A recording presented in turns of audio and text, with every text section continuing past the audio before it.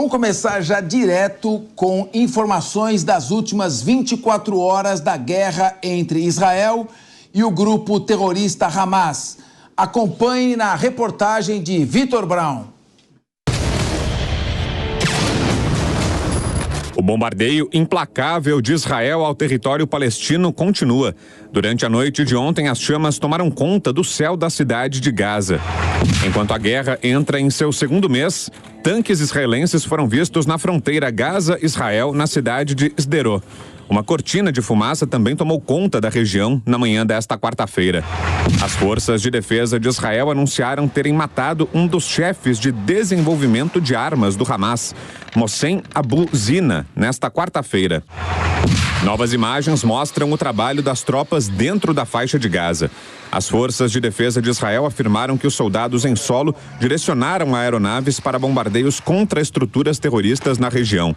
Um dos alvos bombardeados foi um grupo responsável pelo lançamento de foguetes contra Israel. O primeiro-ministro de Israel, Benjamin Netanyahu, afirmou que não haverá cessar-fogo com o Hamas, nem entrega de combustível na faixa de Gaza, se o grupo terrorista não libertar os reféns que mantém cativos no território palestino. O Comitê Internacional da Cruz Vermelha afirmou que um comboio de caminhões que levavam itens de ajuda humanitária ficou no meio do fogo cruzado na cidade de Gaza. A Cruz Vermelha afirmou que conseguiu fazer a entrega de itens ao hospital de Al-Shifa. Uma nova lista para que estrangeiros deixem a faixa de Gaza foi divulgada nesta quarta-feira pelas autoridades. Mais uma vez, o grupo de 34 brasileiros ficou de fora. Esta é a sexta lista com nomes de estrangeiros. Nessa nova relação, 601 pessoas foram autorizadas a deixar a região. O grupo de brasileiros que está em Gaza recebeu uma mensagem da embaixada afirmando que a saída do território deve acontecer amanhã. Quando forem autorizados a deixar o enclave, os brasileiros serão encaminhados para o Egito, onde devem embarcar em um avião da FAB com destino ao Brasil.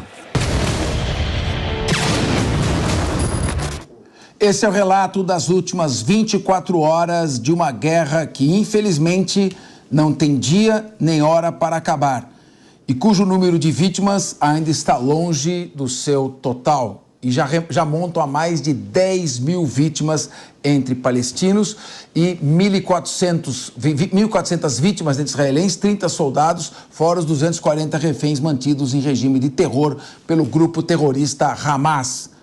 E mais uma vez, como vocês inclusive viram no relato, o Brasil está fora de uma nova relação de estrangeiros que podem deixar a faixa de Gaza. É a sexta lista que foi divulgada hoje.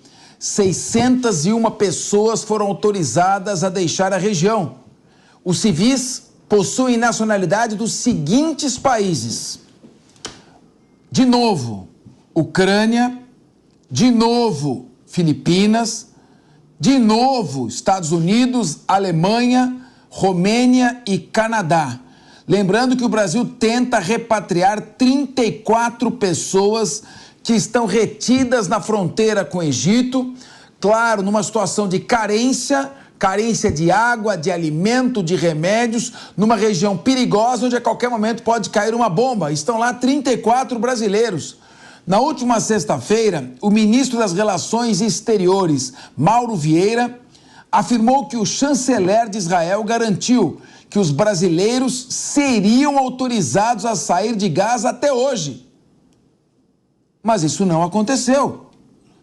Diego Tavares, o que se passa? O que está acontecendo? Bom, professor Capês, primeiramente uma boa tarde ao senhor, boa tarde Wilson, João, boa tarde à nossa audiência aqui da Jovem Pan. Nós, nos últimos dias, debatemos, acho que até exaustão, esse assunto e ficou muito claro. Nossa diplomacia falhou. Nossa diplomacia falhou porque o nosso governo não teve a capacidade de reconhecer o Hamas enquanto uma organização terrorista. Então, eu quero utilizar a voz da Jovem Pan para essa nossa audiência gigantesca para endereçar um pedido diretamente ao presidente Lula. Em nome das 34 vidas de brasileiros, nossos irmãos brasileiros que estão lá correndo risco de vida, presidente, faça uma nota oficial, vá até as suas redes sociais e declare de uma vez, como fez todo mundo civilizado, o Hamas como um grupo terrorista. Reconheça que o Estado de Israel foi alvo de um ataque covarde e terrorista e que tem o direito de se defender. Pode fazer as suas ressalvas em relação a direitos humanos, em relação à Convenção de Genebra, mas em nome da vida desses brasileiros, faça isso que eu estou pedindo.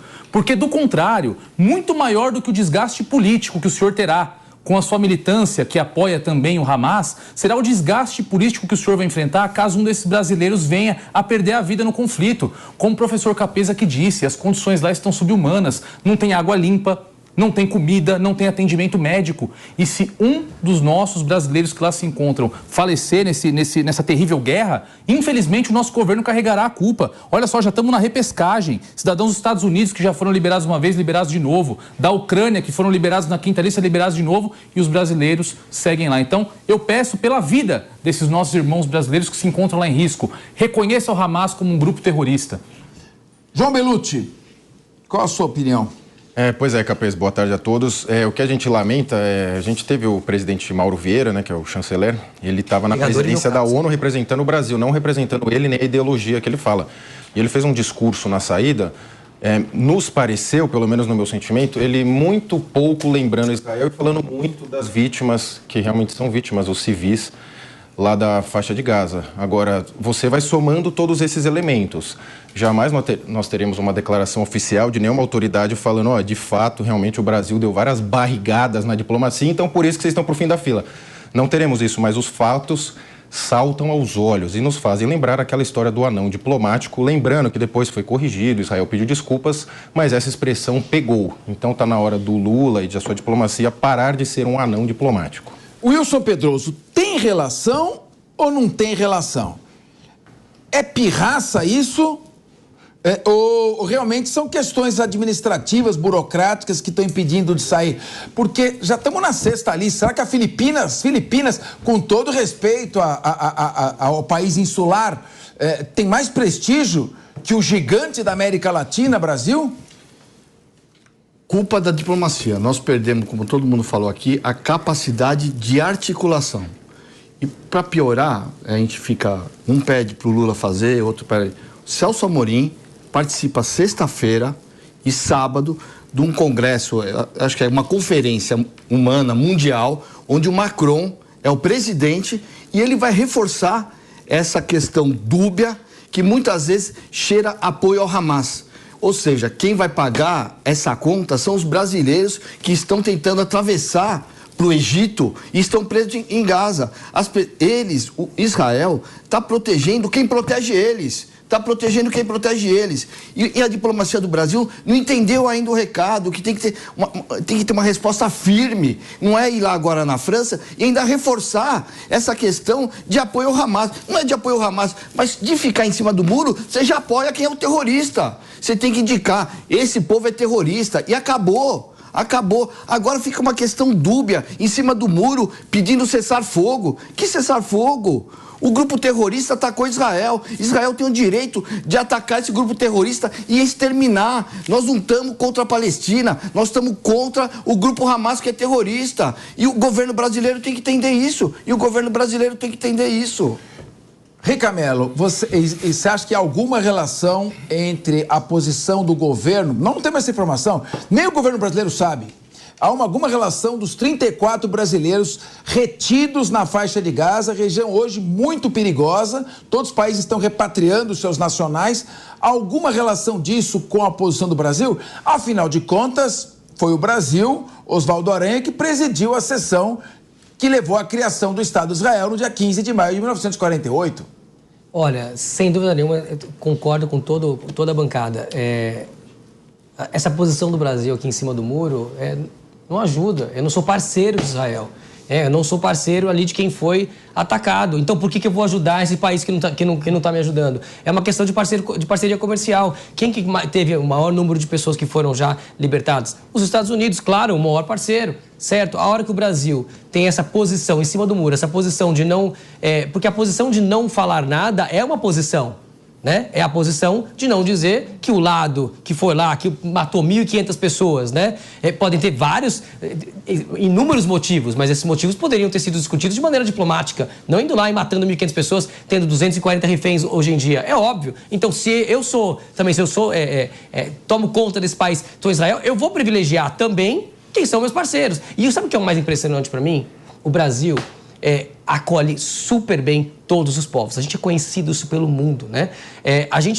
A comunidade judia no Brasil é muito grande, e a Palestina também. A gente tem laços comerciais enormes com Israel, né? E também com outros países, vários desses países que já conseguiram tirar os seus refugiados que estavam ali na faixa de Gaza para os seus países. E o Brasil, nessa coisa de ficar em cima do muro, acaba perdendo, né, uma força diplomática que já teve em algum momento, e aí tá lá, nossos brasileiros sofrendo, todos os dias sendo bombardeados, todos os dias tendo a possibilidade de morrerem no meio dessa guerra, uma guerra que nem nossa e nem deles é.